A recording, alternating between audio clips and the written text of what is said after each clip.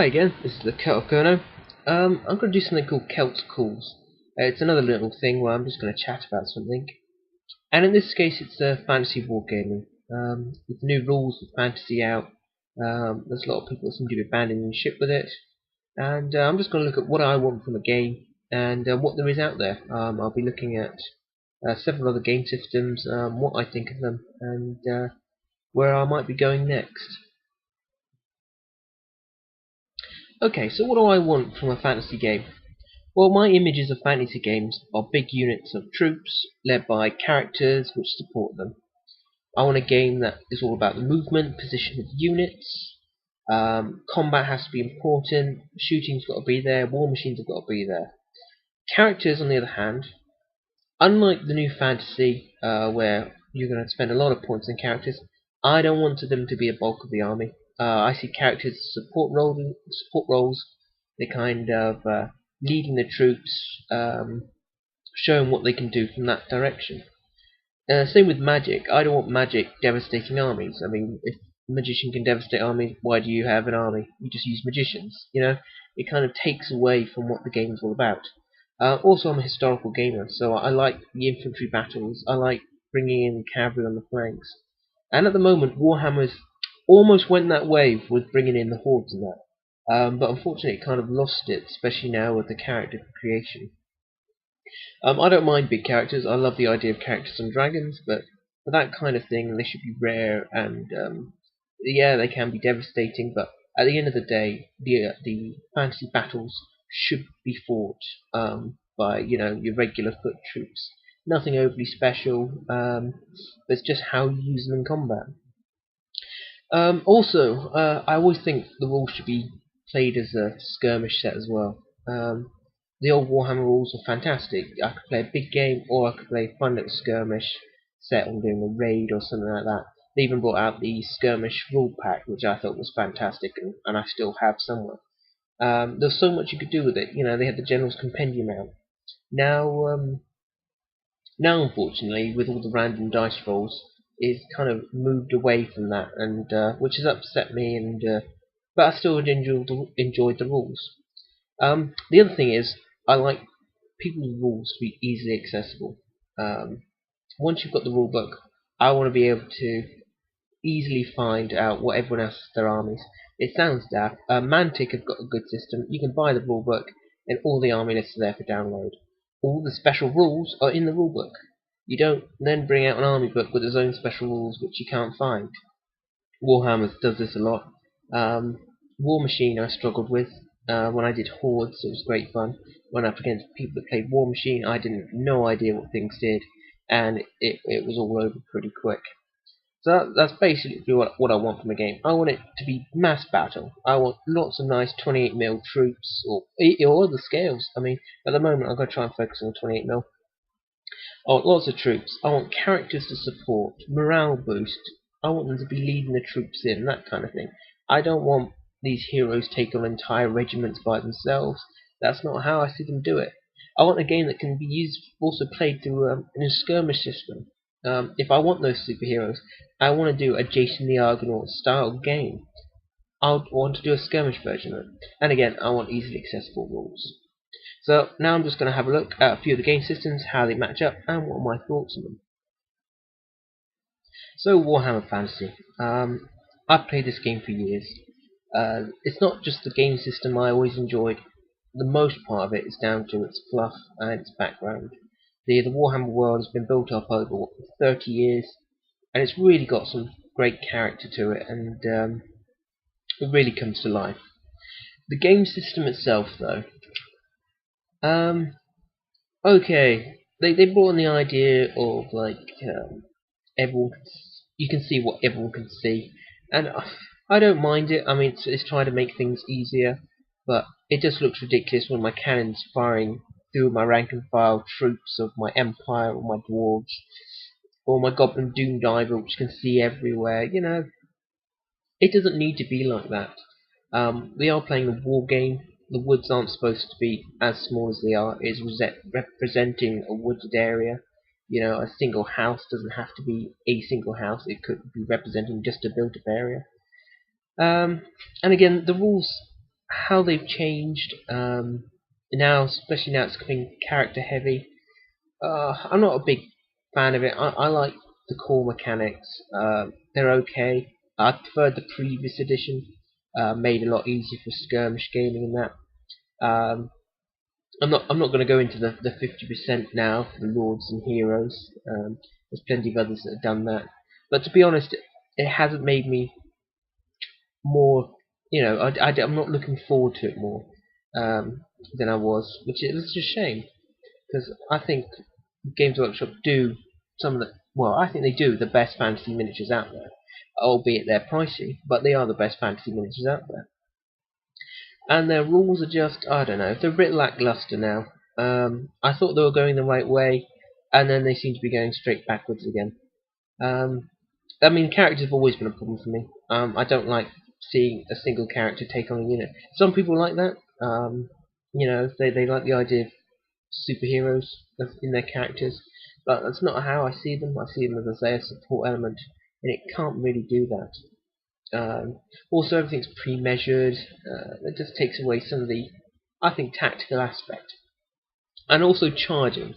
I really don't like the D6 random system. It's I suppose if you're going to come in, you have to bring in pre-measuring. You've got to bring in something to make it a bit random. Otherwise, we have a problem which we have with Kings of War, which I'll go over in a minute, and the pre-measuring. But other than that, fantasy for me is the fluff. It has such a good background, which I hope, fingers crossed, they don't wipe out. But all the characters and of the different armies have been really well done. And over the years, you can see how well they've done it. But I mean, after I came out of 40k, I stopped 40k many editions back. I say many, 4 editions back. I can't remember when I was playing, but it got to the point where I couldn't keep up with knowing what everyone has, all the extra books. I don't want that. I just want a simple system. I want to be able to say, I want to skirmish, I want to be able to play a game, enjoy it, and have a rough idea of what my opponent's got in his army. I don't want these secret rules that keep popping up. Fair enough, I now know, thanks to the YouTube, that murderous prowess from Dark Elves and martial prowess for High Elves. But if you're a new player, you've got no idea what any of this is. And you're relying on your opponent to tell you the truth and remember it all. I'm not saying people cheat in that, but not being able to see the rules yourselves, not being able to learn the rules yourselves, makes it a lot harder. If they put all the special rules into the rulebook, I would have been happier with it. But it's still a good game, and it's one I'll probably always play, even in the background, especially for, as I say, for the fluff. I really enjoy using my night goblins, so a good laugh. So yeah, that's my thought on fantasy. Okay, Kings of War. This is from Mantic Games.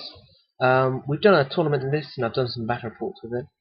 It's an interesting system. It's a lot more basic than Warhammer is, but following the same principles.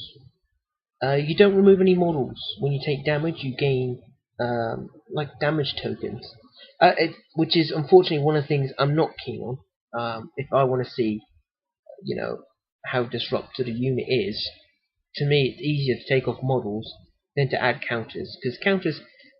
I also like the look of a game, and massive counters don't really help the look of a game. So you don't remove any models, and eventually, when a unit breaks, you just remove the whole unit. There's no, it's not like Warhammer where you'll get half a unit during the battle. You're either there or you're not, which can also have a big morale effect as well. If you've been building up damage on different units, in one turn, quick, you've lost all your units, and it's a hard thing to get your head around. But it's got some good principles. The rulebook I really like. Although it doesn't lend itself to skirmish, which is unfortunate. In the rulebook they've got, here you go, campaign ideas. Here's 4 army lists. Here's the special rules, which is great. Each of the different, each of the different armies have got their own special rule, which is in the main rulebook. You don't have to look anywhere else. Though this is I think changing a bit because they brought out the Bacilli.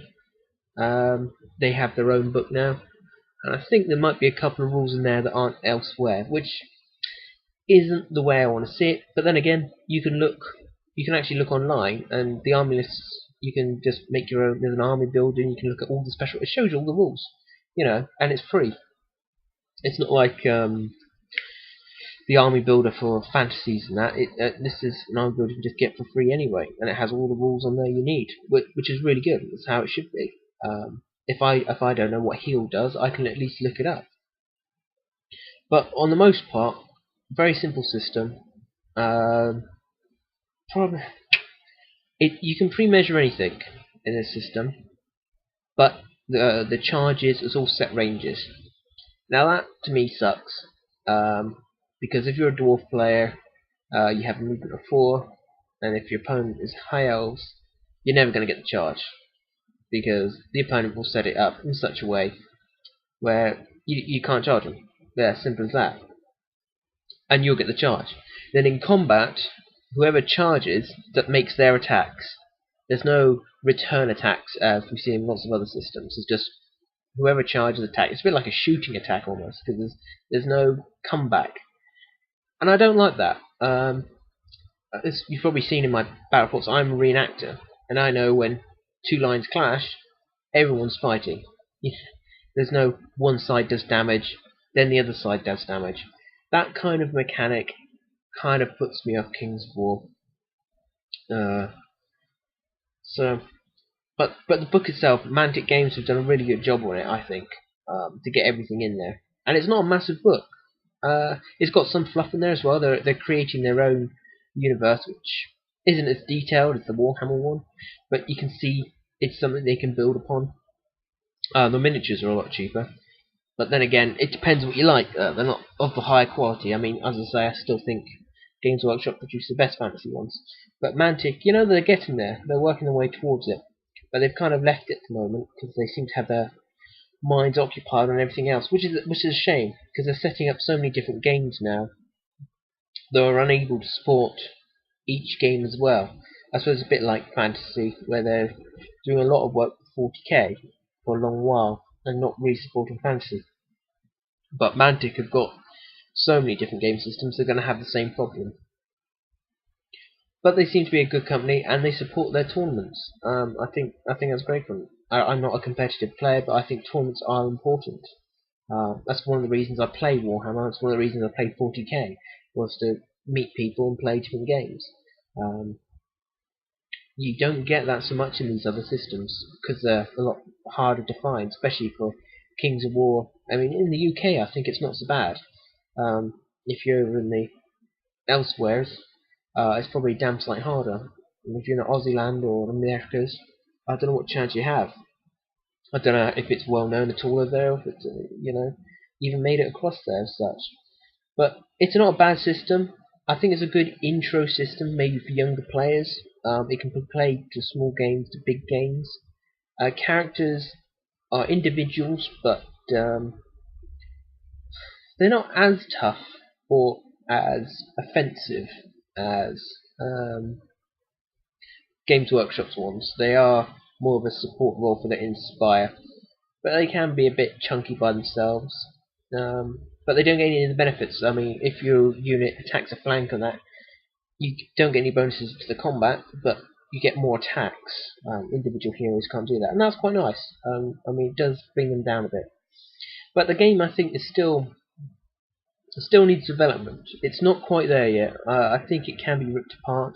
The only mechanics for army building is the fact that you have to take a solid unit, which I think is like 20 or more, and that allows you to take a war machine and a hero or monster. So you can have quite a lot of war machines, even though war machines aren't hugely accurate. If you take them in large enough numbers, especially with like the dwarves, engineers and stuff, they suddenly become nasty, and they blow off half your army before you can get anywhere. And I don't like that. It's the same as Fantasy. I've never really liked the Fantasy war machines. They're way too random. It doesn't rely on any skill. The skill of the engineer doesn't come into it unless there's a skill involved. like the organ gun and the Hellblaster volley gun. At least in Mantic games, it does rely on the ballistic skill to hit. But as I say, the result of it is a bit too powerful, in my opinion. So that's my thought on Kings of War. As I say, I've done some battle reports for these guys, so you can have a look to see how we did. It was quite a good fun little tournament. Not a bad system, but one I think needs a bit of work yet. Okay, so now on to Lord of the Rings and the War of the Ring. The War of the Ring is kind of the mass battle version of Lord of the Rings. Lord of the Rings being a skirmish game. To me, this is one of the best systems Games Workshop have released. You can do so much with it. Even if you're a historical player, you can use these rules. In fact, there are several rule sets which I play, Legends of the Old West and Legends of the High Seas, for example, based off these rules. They're fun. They're enjoyable to play. They're not complicated. Heroes, although named heroes from Lord of the Rings range, obviously are ridiculous. Normal unnamed heroes aren't. They really do give a support role. They're good. They can beat back, other common warriors, but they can also die relatively easily. Once they're surrounded, it tends to be the end of them. And I like that. It's not uber powerful. It has a real gritty feel to it. I think these, as I say, these are some of the best rules, and there's so much you can do with them. The War of the Ring, again, is a good set of rules. Not as good as not as good as Warhammer for mass battle, and I think I do prefer it to Kings of War, but it's limited to the world of the Lord of the Rings, and it still has a random charge factor. You roll a 1, you fail to charge. And I just don't like that. Why 1 in 6 times a unit is just going to fail? If you need a morale check to charge and you fail your morale, fair enough. I have no questions with that. But if you have a charge and it solely relies on a dice roll to be able to charge, I'm not so keen on that. But yeah, these rules. Brilliant rules. If you can use them for stuff, use them. The other thing, I can't get in deep with these rules because there's no tournaments for it. I'm not, as I say, not a tournament player, but tournaments build a community. You can go to other clubs and you can get a game of Warhammer. I can't go to another club and now I can get a game of Lord of the Rings, which is a shame. But the actual system, fantastic. But not to be my mass battle system. Okay, so next up we come to War Machine and Hordes. So what do I think of War Machine and Hordes? I hate to say it, but I'm not a big fan. When it first came, the Hordes came out, I played it. I played Everblight, and I played it at my club, and we had several other players all playing it. And you know what? It was really enjoyable. We had a lot of good fun with it. The idea of throwing monsters around, all these different units that were there, the background and the story behind it all, really well done. Why I didn't like it? Number 1, it's not a mass battle game. Number 2, you have to know what your opponent's got. You really do. You need to know all the rules. You need to know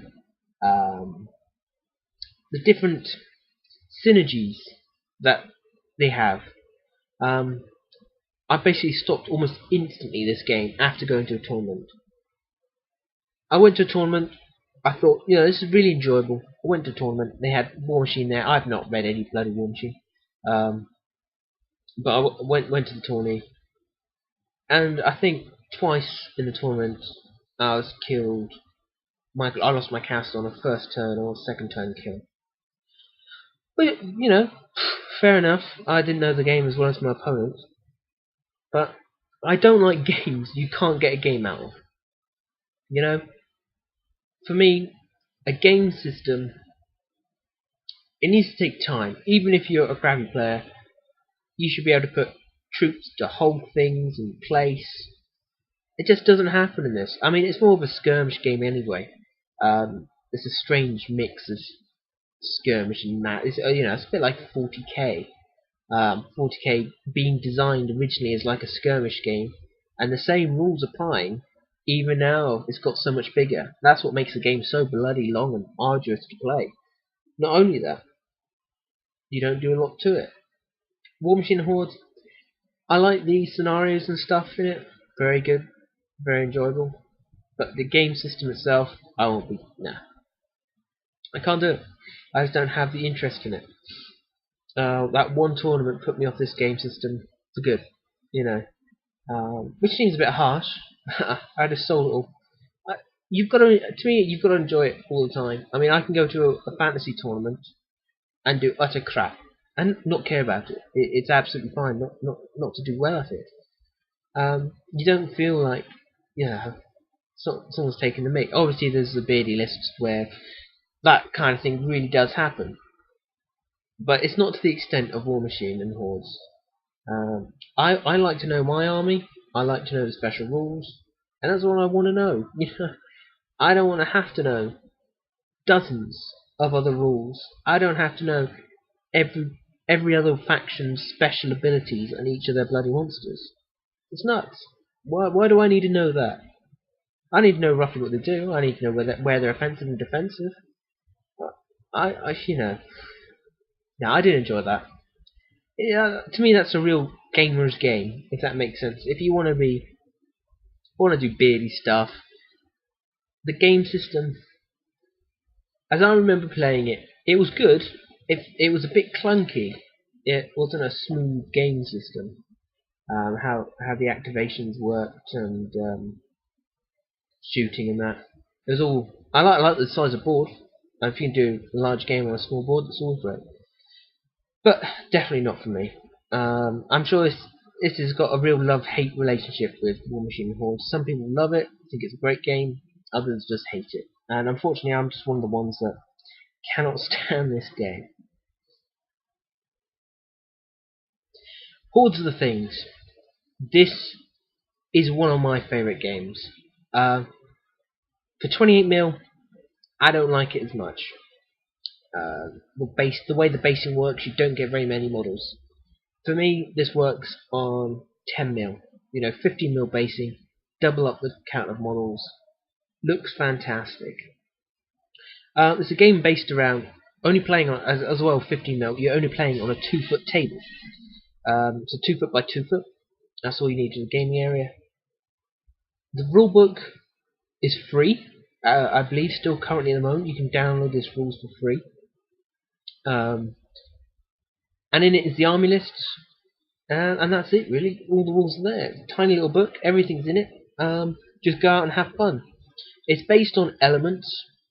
Each element is of a particular type. So you'll have knight as a type, blade, which is like your swordsman and stuff, any dense formation, spear, which can be spearman, pike, things like that, and then you've got your other things such as dragons and gods. And it's a game that works really well. It's so simple. You just need a measuring stick and a dice. Don't worry about anything else. If you've got a measuring stick and a dice, plus, obviously your models in the playing area, but that's all you need. In your turn, you roll your dice, and that gives you the amount of pips, command pips. And you spend these pips to move each of your elements. Now, if your elements are touching together to form like a group, you can group move. And you can just do so many things with it. I mean, models doesn't matter. You can use what you like. Let's say we're using 10mm, and we have 10mm Ratmen, 10mm mythological Chinese, 10mm mythological Celts. We have also some of our guys using 15mm. We have penguins. We have colonial British. We have Zulus and dinosaurs. I mean, you can use anything. It does not matter. And because of that, it works so well. And for a tournament, it's fantastic. You only need a 2-foot playing area. People have to supply their own terrain. At the beginning of the game, you attack and defend. The defender sets up his terrain. This way, you can play to your tactical advantage. You need to make yourself a stronghold. It doesn't need to be anything. It could be a simple palisade fence if you want it to be. But it's just that you can bring your own little worlds to life with this set of rules, and I think that's what makes it so fantastic. Um, yeah, really worth looking into these rules. As I say, if you don't like 10 mil, you can do it in 28. I mean, you play on a 4-foot board, but you just don't get the model count. It feels like a skirmish game. It's played at like 24 points. You can do big battle versions. I mean, this is one of my next tournaments coming up in the league. It's Horde of the Things, and I want to start doing these games as battle reports as well. I really do think it's worth it. As I say, currently rules are free. I mean, you can't argue with that. Models you use whatever you like. It's just done on the set basing style. The rules, although they seem a bit complicated to read, once you've played a few games of it, you kind of understand what's going on, and then it just clicks, and then you can enjoy yourself with it. It's one of those games. It's not about the fluff. It's not about the complication of rules. It's simply about having a tactical game, but you can do what you want with it. You know, it's a very rare set of rules where you can do so much. And that's why I really like this set of rules, and I have a little rule book for it, and hopefully I'll say you'll be seeing that up and coming soon. We've got lots of different armies, and it's one of those games you get almost addicted to, because you see some 10 mil models and you think, oh look, there's this Bedouin army, you know, it looks really great. You can have genies and stuff. Okay, my genie will be my magician element. And then you got guys on flying carpets. You think, fantastic, I've got flyers. And then you build your own little armies using these basic element choices. But they look different, they feel different, they play different. That's not only that, because you're creating your own terrain for your own defensive battles, you play to your terrain advantage as well. I mean, I use Celts. Nobody wants to attack me as Celts, because my terrain tends to be heavily wooded. Lots of bad going, because most formed troops cannot fight in bad going. Cavalry don't do well in bad going. And I really like that. And even though it's dice based for your pips, I mean, you might roll 3 ones in a row. The game's all about trying to work out what you can do for the least amount of pips. So you don't get caught out. I mean, if you've left your general miles away from everything's costing you too much, well, that, you know, is part of the tactical process. Eventually, your opponent's going to have the same thing. You're going to get to the point where you're about to swing into a charge, and you only get 2 command pips. Now, all of a sudden, you have to choose, how do you spend them?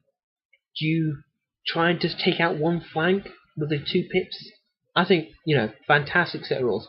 I advise anyone to get this set of rules. Fun, quick to play, loads of miniatures out there. I say I keep pushing 10 mil because I think that is what looks best. And you should see plenty of battle reports for these coming up soon. Finally, War and Sorcery. If you do a search for this one, you might not find it. It's based on a historical set of rules called War and Conquest, written by Rob Broom. The rules are extremely good. Anyone who's played the older set of Warhammer Ancient Battles, will have a rough idea what's going on. It's taken that, streamlined it, got rid of the stuff you don't need, and just made it more playable. Characters are support characters. Well, I should say, he's taken that rules, and now since that he's added some advances to it and created what's called War and Sorcery. And these take those rules with a few extra rules and do a fantasy rule set. Army lists are available. All his army lists are not in a book. They're all free to download. All you need to do is buy the War and Conquest rulebook and then download what you like. I mean, he's got, if you love your ancients, I think they do most periods I can think of up until, you know, the Napoleonics. You know, so if you like biblical to Napoleonics, there's rules, army lists there for it. Rob's good as gold as that. It's also been built through the community as well. Rob's had a lot of help from different people on the Scarab forums, putting forward their ideas and that. And it's come together and it's created great army lists, great rulebook, Really nice quality rulebook as well. And as I say, he's done this War and Sorcery.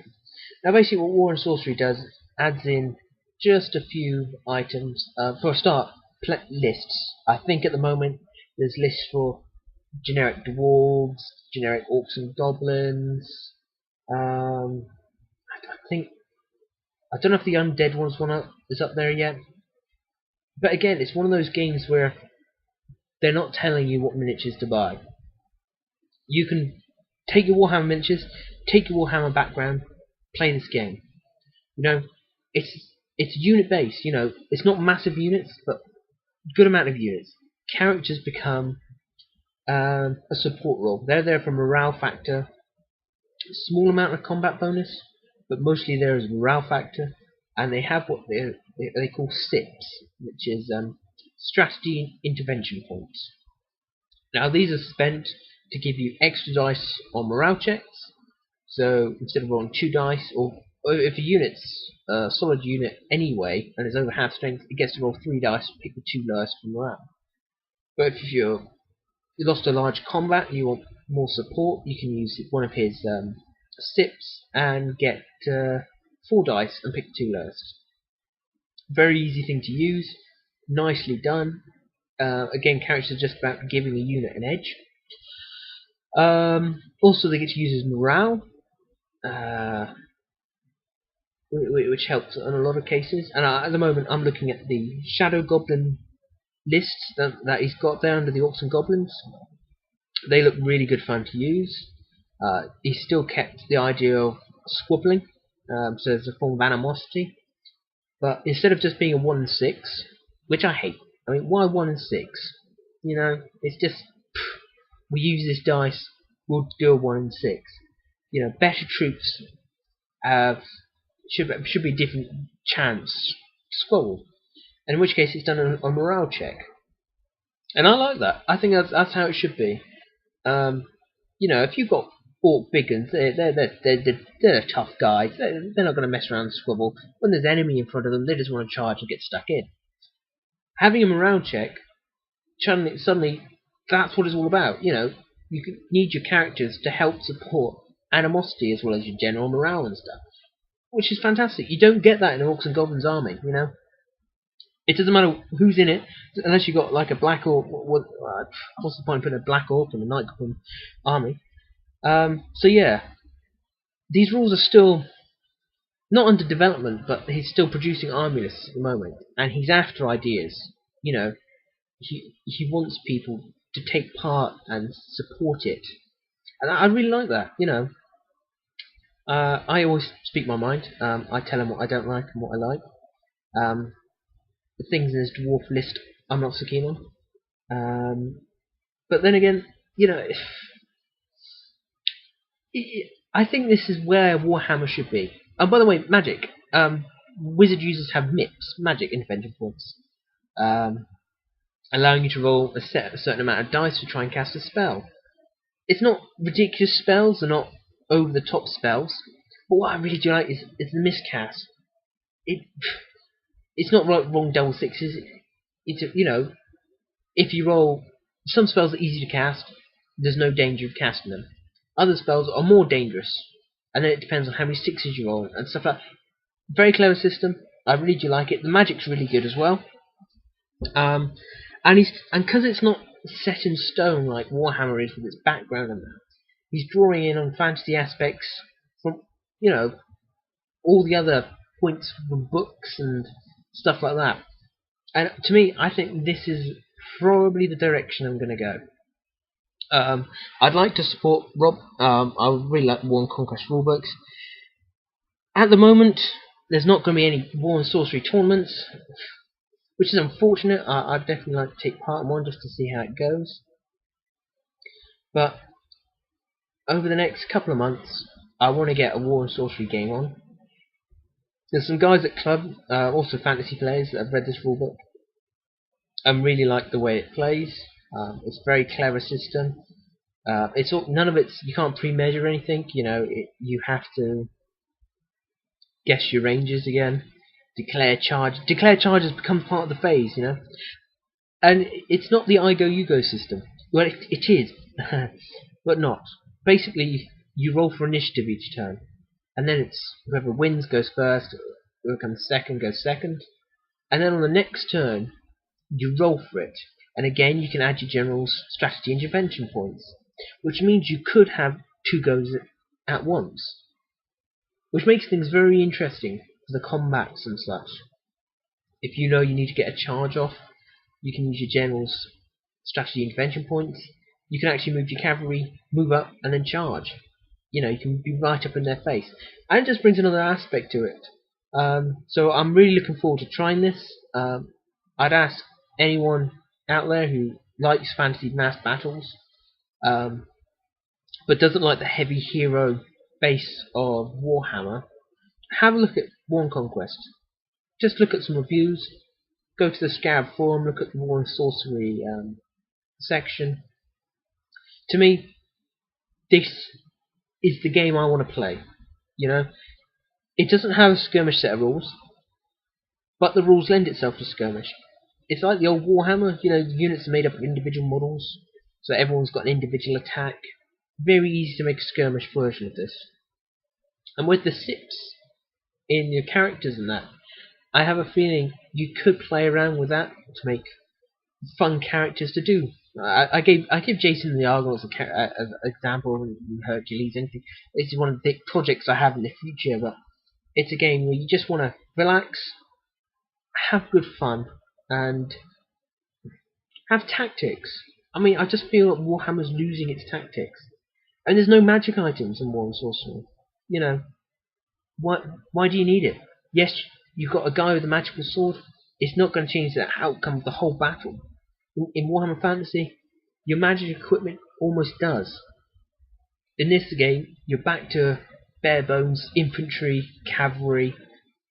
Your heroes there, push momentum, rally your troops. To me, that's what the game's about. So hopefully, you haven't got too bored of all my crap that I've gone on about. This is going to definitely be one of my longer chats I've had on here.